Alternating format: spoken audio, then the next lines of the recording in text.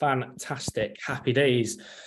Okay, everybody, we've got a very, very special guest speaker with us today, and he's going to have a chat with you about more along the lines of the psychological aspects of your weight management journey. So each and every one of you individually will have your own experiences. So, some people are on a very long-term journey, and there's lots of different speed bumps and hurdles along the way, and obviously psychologically it's really going to be interesting today just to get a few sprinkles of genius from Peter, and I wanted to share this with you all today because we can focus so much on the food and what to eat and the specific strategies on the nutrition front, when in reality it's like a multifaceted thing where we need to get sort of spin 2 or 3 important plates at the same time, and one being the psychological element there as well. So massive welcome today, Peter. Well, Shane, thank you very much for having me. I really appreciate you inviting me over. You're very welcome, and I know that you're up to your neck in the academics at university. That I'm actually studying at Sheffield Hallam, just to let everybody know. So Peter here is actually one of the lecturers at Sheffield Hallam as well. Peter, if it's okay with you, just obviously I know you very well, but not everybody knows who you are. Obviously you do a lot of phenomenal work, and I'd like to just delve into that a little bit more and get a bit of a background to you, just so that we can become a bit more familiar with you and help everybody understand, like, oh wow, we really do need to be listening to this guy. Sure, yeah. Well, my name is Dr. Peter Olosuga. I am a senior lecturer in psychology over at Sheffield Hallam University.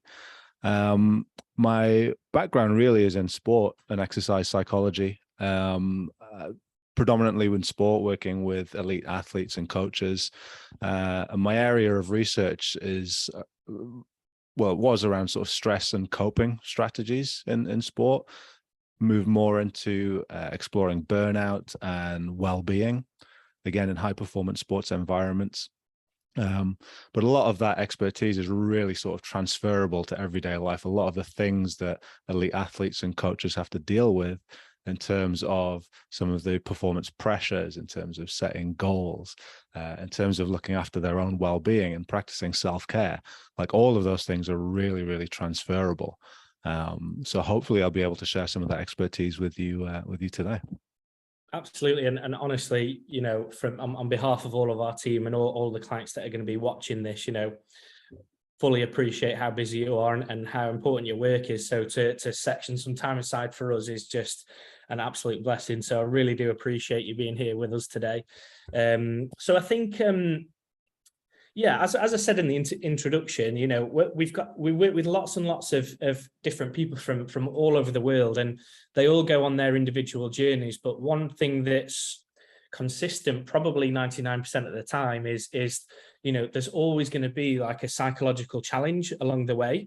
So some of our clients, for example, historically we've had discussions around, it could be relationship challenges, and that sort of derails their weight loss journey. It could be, for example, financial challenges. It could be, their work or workloads and jetting all over the world and things. Could be some senior executive that's got a very hectic life. It could be family life. It could be anything. There's so many different things that happen in day-to-day life that pose challenges to us staying consistent with a weight loss journey. And I just wanted to investigate your thoughts really on when we have those sort of relapses. Where, let's say, for example, for 2, 3, 4 weeks, or it could be months, that you've stayed relatively consistent with your weight loss journey. You've been going to the gym consistently and maintaining that, which is fantastic. The nutrition's been 80-90% there the majority of the time. And then something happens, like whatever that might be. And you just have like a little bit of a relapse, and you start to beat yourself up and, say, why are you doing this? You should have stayed consistent, and sort of berating yourself a little bit. I think this is something that the vast majority of our clients will have experienced at some point, and what your thoughts are on the psychological aspects and the science of, like, I suppose, getting back on top of it and getting back on the wagon, so to speak. A lot of people say they fall off the wagon and that sort of thing. What are your thoughts on that topic? Well, I mean, first of all, I think, like you say, this happens to everybody. It happens to the best of us. We live in, I guess if I talk about this from a sort of cultural perspective, we live in a culture where we're expected to be all things to all people all the time. We're expected to be on top of everything. Perfect. And yeah, we are. And you only need to look at Instagram or Twitter or social media, like we were talking about before we started recording, right? To see 101 posts or 1,000,001 posts even about how you should be getting up at 4 o'clock in the morning to get your exercise in, then eating your breakfast of chia seeds and bits of dirt that you found outside, and then going to the gym for 4 hours again, and writing your novel and doing all of these things that we're expected to be. And like, it's a lie, it's a myth, but we buy into this culture where we're supposed to be always on. We're supposed to be perfect. We're never supposed to make mistakes. We're supposed to be on top of our diet and exercise and nutrition and all of that stuff. So it's only natural that when we do have a lapse or fall off the wagon, like you say, that we're hypercritical about ourselves because we have this sort of idealized version of what we should be. And all of a sudden we're not living up to it because we've missed a day or, not hit our nutrition goals for a couple of days in a row. So we're quite naturally critical of ourselves, and this culture of being always on top of everything doesn't really help with that. So the first thing that I would say, first thing I would say is to just kind of notice that culture exists. Like, notice the ridiculousness of our own expectations that we set for ourselves. It's not possible to be perfect 100% of the time. It just isn't. We might think it is, but it isn't. So really kind of noticing that culture that you're surrounded by and being deliberate in not buying into it, I think, is one of the first things that we can do to really maybe just reduce a little bit of that hypercriticality that, it's kind of what we're super critical about ourselves. Is probably one of the major things that I'd certainly say about that. I think as well, again, from my own personal experience, I'm probably one of the worst. I know I shouldn't be saying this, but I'm probably one of the worst people for staying consistent with things like, especially the fitness side. You'd like to think the nutrition's pretty much taken care of, which any given time, 80-90% of the time, it's all good. But especially on the fitness and staying consistent with training, if in my head I start a week where my target or my goal is to get 3 sessions, it might be at a CrossFit gym or a run or whatever it might be, and then I'll get the first 2 ticked off. But then let's say there's just loads of work comes in towards the end of the week, and there's loads of stress and anxiety and worry, and something happens with the team, and I just go, do you know what? The gym just isn't that important right now. This is more important, and it just takes a back seat. And then it gets to the end of the week, and I do the exact same to myself, and I know I shouldn't, but you just think, you idiot, why have you not just, it's only 30 minutes or 45 minutes or whatever it is, why have you not prioritized this? And also, for me personally, I want to set a really good example for my family and my kids. And so there's like another layer of like, you're definitely an idiot now for not doing this, because you wouldn't give this advice to your kids when they grow up. So you should be doing this yourself.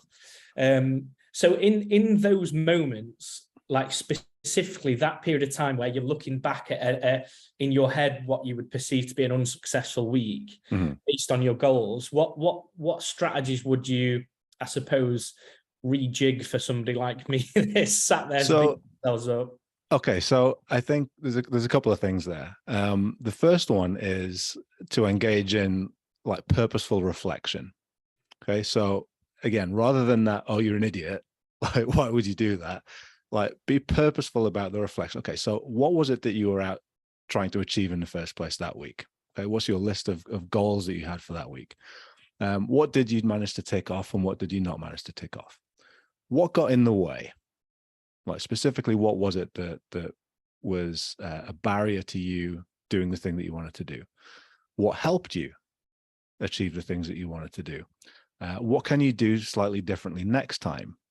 All right, that's going to maybe help you prioritize differently or rejig things. So it's about that sort of purposeful reflection on, what we're trying to do, what went wrong, what can you do it next time? And it's as simple as those 3 questions. But because we're so kind of emotionally tied in with like beating ourselves up and, oh, well, I've messed up today, so that's the whole week screwed. Well, it's not though, is it? Right? But we do that. Yeah. We do that with our nutrition, and we do that with our exercise. Oh, well, I haven't exercised for like 2 days, so I'll just write this week off and I'll start again on Monday. Right? I don't know how many times have you said that? Because I mean, I say that all the time. But yeah. So, it's that purposeful reflection. Like I say, it can be as simple as those 3 questions. What am I trying to do? What went wrong? What do I need to do differently next time? The other thing, and I've talked about this a little bit recently, is the idea of thinking about what your non-negotiables are. So at the start of a week or at the start of a month or a cycle of training or whatever it might be, what are your absolute self-care non-negotiables, right? So you might want to get to the gym 4 times a week. If you can't do that for some reason, like, what's your bottom line? What's your minimum level that you're going to do? Is it going to be, right, I'm going to make sure that I do 30 minutes of something, some physical activity 4 times a week. If I can't get to the gym 4 times a week and spend 2.5 hours there on the bench press machine, right, what is my minimum level? And then write that into your schedule. What's your minimum level of nutrition that you want to take care of this week? Right. So if you end up, unable to do your food prep for the week, or you find yourself out on the road somewhere, and you can't have your usual, like, what's the minimum standards that you're going to allow yourself, right? Are you going to go McDonald's, or are you going to make sure that you eat something with a reasonable level of nutrition? Because McDonald's isn't food. Am I allowed to say that? Are you going to get into trouble? Absolutely. No, absolutely. Look, everybody has takeaways. Everybody has the McDonald's and the Subway, but you've got to view it as what it is. It's as simple as that. Yeah, but that's the point, though, isn't it? It's like, what's your minimum standard, right? So can you accept, okay, well, right, I'm really busy this week. I'm out on the road. I haven't done my meal prep. It's easier for me to get a takeaway or just go get some fast food or something. Like, if you're happy with that as a minimum standard, that's fine. If you're happy with doing that one day, great, do it one day. If you're not happy with doing it 4 days, don't do it 4 days. Do something else. So it's about what are your minimum levels, minimum standards for self-care. Program that in to your week, to your month, whatever it might be, so that when you do get busy, okay, right, yes, I'm really, really busy this week, but my minimum standard of self-care is that I'm not going to stay in the office after 7 o'clock. Like, I'm going home. I'm going to spend time with my family, right? What are your minimum standards? Write them in, and then, hold yourself accountable to those boundaries that you set for yourself. And I think that can really help with that. When we start beating ourselves up about not doing the grand plan, well, at least we've taken care of our minimum standards. Absolutely. And do you know what I find really interesting as well, whilst you've been talking, is, you've sort of angled it as self-care rather than, I think a lot of clients see, especially on the nutrition side, it's like something, this negative thing that you have to do, and you're naughty if you don't do it. And it's almost like a dictator's thing where you're being told what to do. This is what you need to eat. And, from, the way you're framing it is more like in actual fact, no, it's caring for yourself. And it's much more of like an empathetic undertone rather than, this, on-off switch, like you're either on the diet or being good or you're not, and you're being off, and that's naughty, that sort of thing. But, taking care of yourself involves allowing yourself to fail. And again, even that word, it's not really failure, is it? It's allowing yourself to, like, enjoy what you're doing. So if you feel like having a day away from the gym, you don't really feel like that doing it today, listen to your body. If you're tired, rest. That's self-care. That's looking after yourself, right? Yeah. If you fancy just treating yourself with a bag of crisps, have a bag of crisps, right? It's taking care of yourself and listening to what you need. So I think you're absolutely right. Rather than seeing it as this kind of draconian regime that I have to follow, it's like, no, you don't have to do this. You get to look after yourself. You're in a privileged enough position to be able to look after your own body and your own mental health. So I think you're right, framing it in that way, perhaps again, just take some of that pressure off. because we can look after ourselves in lots and lots of different ways. Eat healthily, exercise, but also veg out on the sofa and watch some crap on television for an hour. Like, that's self-care as well. And we shouldn't beat ourselves up about doing that. Me and Jay do that all the time as well. You know, you get a load of work done during the day, or whatever it is that you've had on, and then we're just watching The Crown at the minute, you know, because obviously the Queen passing, and we've just thought, oh, do you know what? We need to learn a little bit more about that. And I know it's obviously dramatized, but that's our little thing, you know, where it's like, no, there's no phone, there's no work, and like you say, there's no, you know, going out running over mountains in the rain and stuff. It's not about that. It's about just sitting and doing nothing with your family. So let's sort of steer it towards a little bit more of it. So we've talked about like what to do in those acute negative time periods and timeframes where you are faced with, you know, the kids might be ill or something in the house, dynamics are different, so you know, you're beating yourself up for not going out, but at the same time you've got a genuine challenge and how to cope with that, which is awesome. But going forward, so like from this point onwards, if you wanted to like instill like a focus on consistency going forward long term, and sort of resilience when you do have those challenges, what sort of methods and strategies would you suggest for somebody that, you know, going forward, you know, how to deal with that, and also knowing that there's going to be multiple challenges ahead? It's not as though they're going to go away. There's always going to be a challenge in some way. Like, how to stay consistent and resilient over the years to come. So consistency is a funny one for me, because consistency is difficult. Like, it's really, really hard. So acknowledging that it's actually really difficult to, you know, stay consistent and stay motivated across a really long period of time. So again, there's a bit of acceptance in there that, you know, you're going to have busy periods. You're going to have times when you don't feel like it. If you can accept that that's going to happen, then that's more likely to lead to a little bit of that consistency, kind of paradoxically almost. Yeah, right? absolutely. So that's one thing. But in terms of developing, I guess, resilience, sort of demonstrating resilience in the face of some of these challenges that might come up, there's lots of things that individuals can do. There's developing some of the, I guess, psychological skills, you might call them. So being able to relax is a skill, like learning breath work, so that you can deal with some of the stresses and the strains of the day that might knock you off track. Like, that's a skill, and we can learn how to do that. We can practice breathing to calm ourselves down. We can practice attentional focus as well. So again, distraction is something that can often knock us off our path, right? So learning how to focus our attention, and mindfulness and meditation are really good ways of, you know, we think of mindfulness and meditation, when people say those words, we think of sitting under a tree, cross-legged at sunset for half an hour. You know, yeah, exactly right. But really, it's just about noticing when we're distracted and being able to bring our attention back to where it needs to be. It's as simple as that. So if we can practice doing that, then we get better at it. We get better at noticing the distractions. So, you know, noticing when we've been knocked off track. So there's specific skills that we can learn, which will help us to stay a little bit more consistent.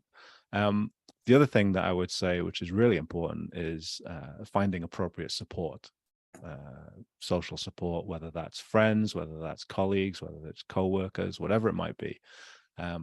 Finding somebody who you can maybe kind of keep each other accountable. So, I mean, I quite like training on my own for long periods of time, but it's also nice to have somebody who, okay, are you going into the gym today? Like, what are we doing? Let's kind of go together today. Let's kind of keep. So having that social support and checking in with people. And again, you know, we talked about the ills of social media earlier.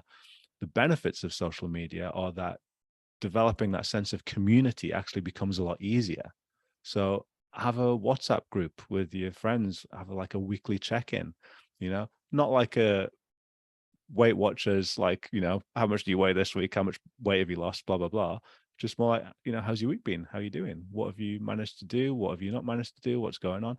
And just kind of developing some of those communities of practice, I guess you might call them, the social support networks. Really, really useful for, again, maintaining that consistency of effort, I suppose. Yeah, I think the community aspect's absolutely huge as well. And I suppose this is why a lot of people, whether it is a weight loss club, or whether it's a gym, or whether it's a bespoke studio, or whatever it looks like, there's always that sort of hub of community in there. And I suppose it can be, when you're going on like a weight loss journey, especially, it can actually be quite an isolated journey, because you're going through something that maybe the people you hang around with don't have to go through, or it's something that you have to work on but others don't in your circle. And I think it's really important, especially so like I've got a Spartan race next year in April, so I'm nowhere near fit enough for that just yet. But there's one of the lads that I went to primary school with him, secondary school, and he's like ridiculously fit and active and what have you. Like he always has been. One of those annoying guys that seems to be really good at absolutely everything, especially sports wise. But this is the thing, like it's actually really nice that we've both signed up to the same race, because I've got like a little bit of a support network myself now. There's actually a couple of others that are thinking of joining as well. So we'll probably create a WhatsApp chat and just keep everybody up to date, with how we're progressing towards the big day. Even if some might be going for like the top 10 finish or something, I certainly won't be. But at the same time, just getting across the line and doing something like that is going to be the big goal for me. But I suppose the community aspect can help a huge amount along that journey, when sometimes it can be a bit isolated. Sure, it's like a gentle pressure, a little bit of pressure, but a gentle pressure. And again, if it's people that you're like comfortable with, like you say, your friends, you're all working towards the same thing, you're all trying to achieve the same thing, or not even achieve the same thing, but just kind of all doing something together. It can be really useful. And like I said, it doesn't have to be, how much weight have you lifted this week? How much weight have you lost this week? It can just be like that community of people who are enjoying what they're doing and talking about what are you enjoying, what have you struggled with this week, and being able to share and talk about some of that stuff.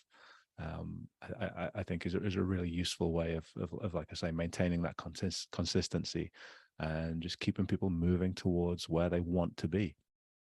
Absolutely. Do you know what? I'm definitely going to do that, because I think I need, especially with like, again, I'm no different to anybody else. I've just got a different version of, things that are pulling you away from the goals that you want to achieve, whether it's family, or whether it's, research or business or meetings or whatever it might be. There's always like a really good excuse to go, do you know what? I'm going to park that run or that workout or whatever. And I think, having that little, like say, gentle pressure from your support network is going to be a good thing. I think I'll let you know how I get on with implementing.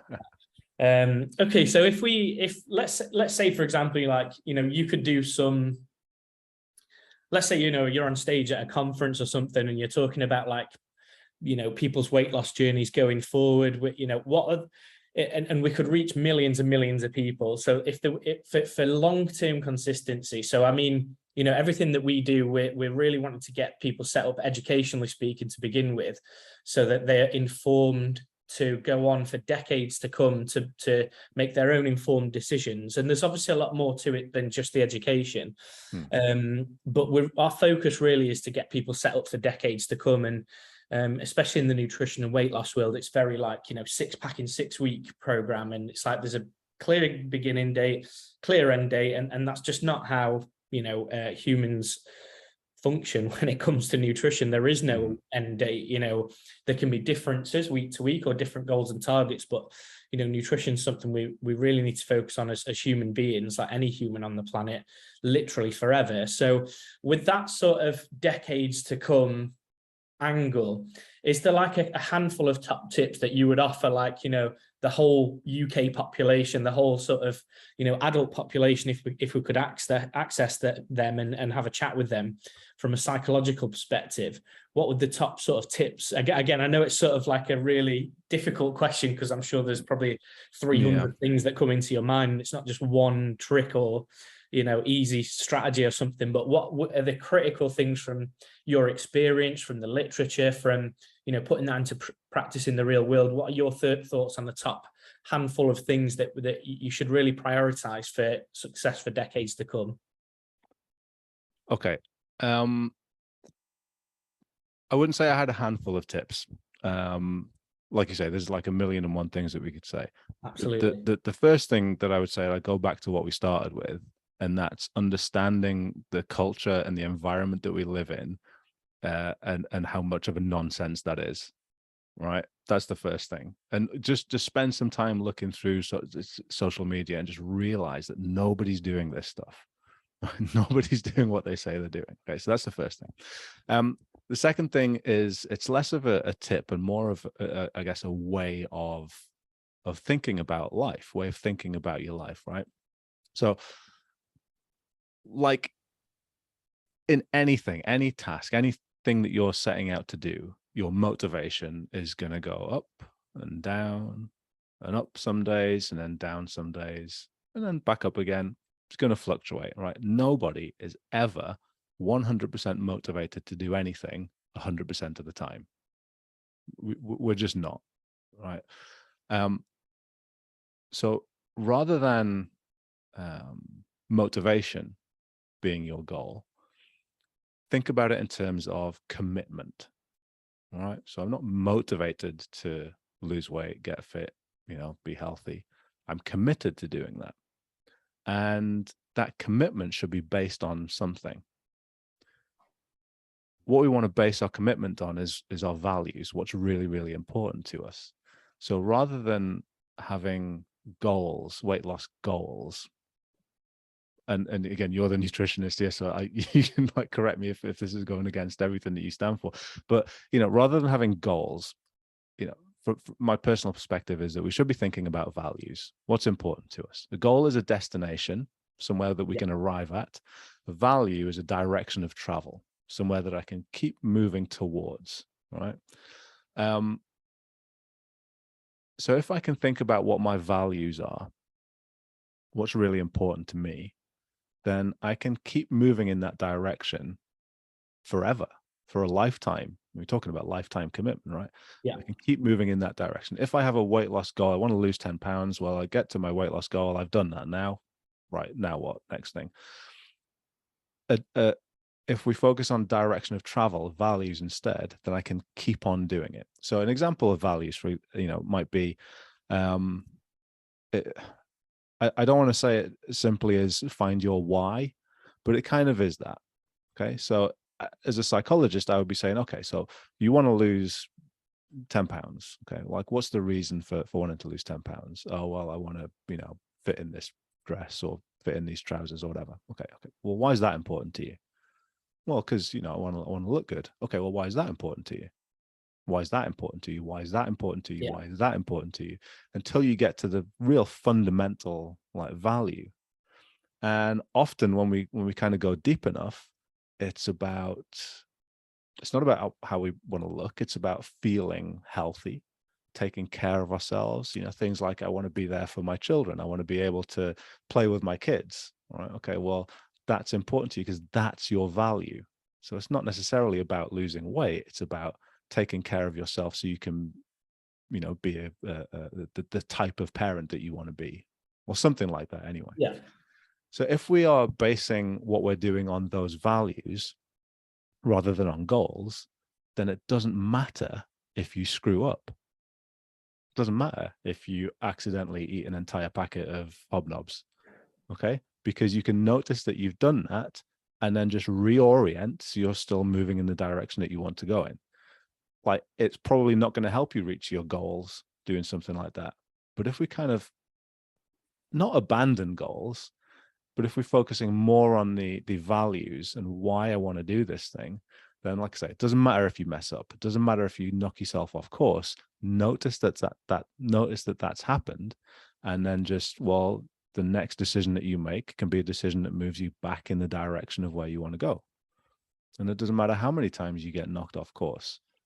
Every sort of moment to moment decision you make about whether you train, whether you eat this, whether you do that, is a decision based on the direction that you want to go in, rather than the goal that you're trying to achieve. Does that make sense? Absolutely, 100%. And again, you mentioned just a minute ago there, forgive me if this is the complete opposite of the strategy that we're trying to, and it's absolutely not. It's actually quite the opposite. It's exactly inherently side by side in correlation with what we do as well. So you're all, it's like, if you had like a graph over a year. So most people say, I want to know, the important data is like how much weight I've lost between last week and this week. And it's such like it's like a microscope snapshot bit of data on what is actually quite a long journey for the vast majority of people. So if we had like a weight loss graph, let's say, over the course of a year, and that graph went like this a little bit, but on the whole, that you're getting closer and closer to your goals, and maybe you reach that goal towards the end of the year. If you sort of zoom in on that 1 week where you go on a 1 week all-inclusive holiday or something, and then the graph goes up a little bit, and you start thinking, maybe beating yourself up and thinking, oh my God, not only have I got to lose the weight as well, but I've also lost fitness, and I've also got to get back on the, and those are the thought processes that go through your head in that small time frame, which it might feel like a long time being away for a week or two, but on the grand scheme of things, in comparison to the journey, it's like, it's something that we just sort of need to take with a little bit of a pinch of salt, I suppose, and take a step back every now and again and reframe it as like a long-term journey. And almost every time that we've done that, especially with clients historically that we've worked with one-to-one, and athletes too, they beat themselves up so much that week. When you take a look at 52 weeks, it's like, it's impossible to be perfect for 52 weeks consistently, unless you're like, a paid athlete and your whole job is just to be, but even then you get ill, and training doesn't go as well, or the bus breaks down, you can't make training, or so, like, there's so many factors that stop you from staying consistent long term. And again, that's indicative of decades of when you're looking at it on the decade side of things and not just weeks and months, you're never going to go through your life not having challenges to overcome. So I think today's been fantastic on just having those perspectives and strategies for long-term benefit, not just like what happens this week and next week, which is important, but also having that sort of wider awareness of a long-term journey, and psychologically how to navigate that too as well. So at this stage, is there anything that obviously I feel as though we're asking questions on behalf of our listeners and viewers on what they want to hear? Is there anything that you would add that sort of that I maybe wouldn't think to ask, if you get me, like anything like that? Because by the way, we get this a lot. We ask a client, what do you need with your nutrition? They go, I don't want recipes, I want meal plans. I'm thinking, you don't even know what you need to ask, if you get me. So it would never come up. Anything along those lines from your perspective? I don't know. I don't think so. I guess I would add on to the thing I was just talking about in terms of values. I would add on that we have multiple values in multiple different areas, and they're going to conflict sometimes. So we might have a value about wanting to look after our bodies and be healthy, but I also have a value about being a good father and wanting to spend time with my daughter. And I have a value about work and career and how that's important. And there's going to be conflict between those things. So yes, it's important to work towards our values. But again, this comes right back to where we started about beating ourselves up when we kind of aren't doing something, or, understand that, well, if I'm, there's going to be periods of time when I'm really focused on my health value and I'm working towards that. But there's also going to be times when my emphasis is going to be on family. And if that means that I am spending less time at the gym, or I'm going out for a meal with my family instead of sitting at home eating my, dust and chia seeds, then so be it, and as long as we're taking care of each of those values at some point, then like that's the key to it sounds trite, but that's the key to happiness. It's the key to a happy life. And if we're so focused on just, I need to achieve this goal, I need to achieve this goal, then we're just kind of bouncing around, aren't we? This is the point, I suppose. So yeah, it's about just taking a real look and taking the time to really explore what you actually value. And as long as you're moving in that direction, like I said, you get knocked off course, but as long as you're moving in that direction, that's the key to sustainability, consistency, and yeah, being satisfied with the life or the type of life that you're trying to lead. Makes absolute sense, and I think this is going to be a huge value to everybody that takes the time to sets it aside to really think about the themes that you've discussed today.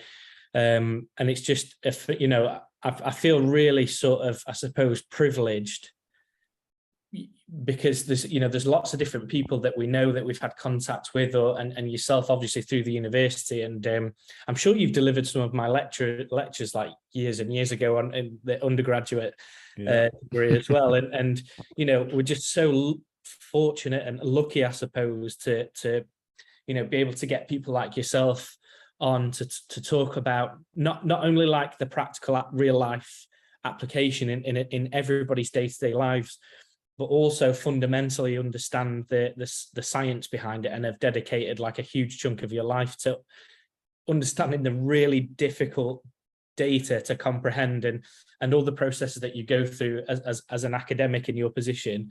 And that's something that's like really massively missing in the nutrition wellness world in day-to-day life. It certainly isn't in the academic world, of course. We spoke about this just before we came on, but it's such a good opportunity, and I really appreciate that you've set the time aside today, and all the amazing work that you do, and we can obviously deliver that to all of our listeners and viewers as well.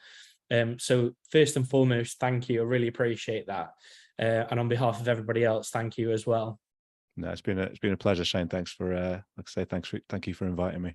You're very welcome. So just before we go, again, just before we jumped on, I praised you for your social media presence, and just, you know, you get like really stuffy academics that are like sat in a lab somewhere, and you know, it's important work, but it's not reaching anybody. You know, it's not getting out there and helping, you know, real world people, and that's one of the things that we want to do.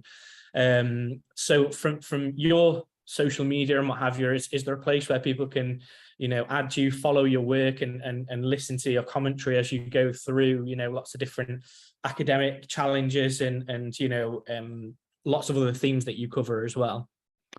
Sure. Yeah. Well, I spend probably the easiest place for people to find me is on Twitter. So it's at Pete Olusoga on Twitter. It's Olusoga. But I also have a podcast, the 80% Mental Podcast, which is all about sport and performance and the psychology behind performance. We cover a range of different topics on there. So you can search for the 80% Mental Podcast, but we're also on Twitter at EPM Podcast. So either of those two Twitter handles, there'll be links to all the other social media. So that's probably the best place for people to go. That's perfect. So again, just want to thank you for taking the time out today, Peter. It's been unbelievably valuable to everybody. And again, as people go through this expert guest speaker recording, I'll give you a little bit of feedback on how people have been, you know, what their thoughts are and how they've been implementing it. And, you know, maybe we could do another round with that little bit of information as well on like maybe they've tried to implement things but found it difficult for whatever reason. Hey, let's see what comes up and we'll go from there. So thanks very much, really appreciate it, and we'll speak to you again very soon. No problem. Thanks, Shane.